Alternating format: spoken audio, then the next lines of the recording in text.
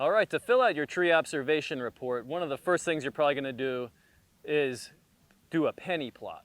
So basically when we're assessing a group of trees like this forest back here, we don't want to look at every single stem. Some of the smaller trees, we don't want to count those. Sometimes there's just going to be too much, and if we try to examine every tree here, we're going to be out here all day. So we just want to look at the trees that we know have been here for a while and are probably going to continue to be here for a while because they've reached some sort of maturity already.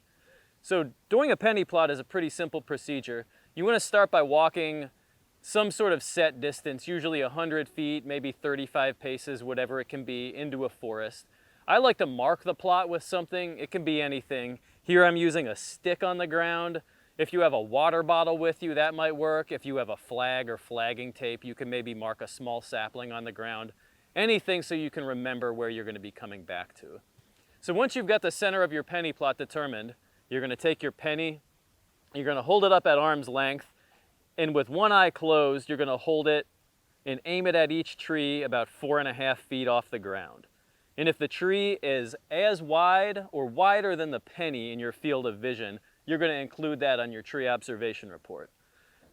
So starting here, the first tree I come to is wider than the penny, so that's going to be tree number 1. I'm going to move along. We have this kind of crooked sapling coming up between two larger trees. That's smaller. We're not going to count that one.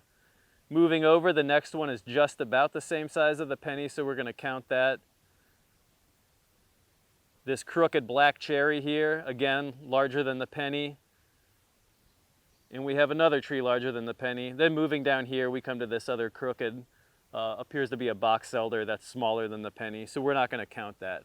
So that's basically the process you're going to use to determine which trees you fill out here.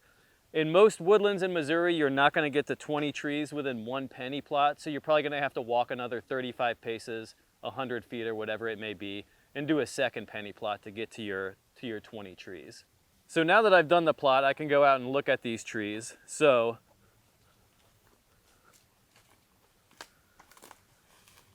this is tree number 1, was wider than my penny. So I can assess that, I can fill out my information, get my Biltmore stick, measure its DBH, and then assess the rest of the tree.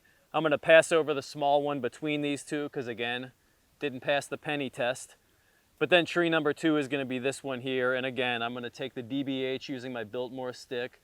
I'm going to assess the tree and continue to fill out my observation report until I get my 20 trees.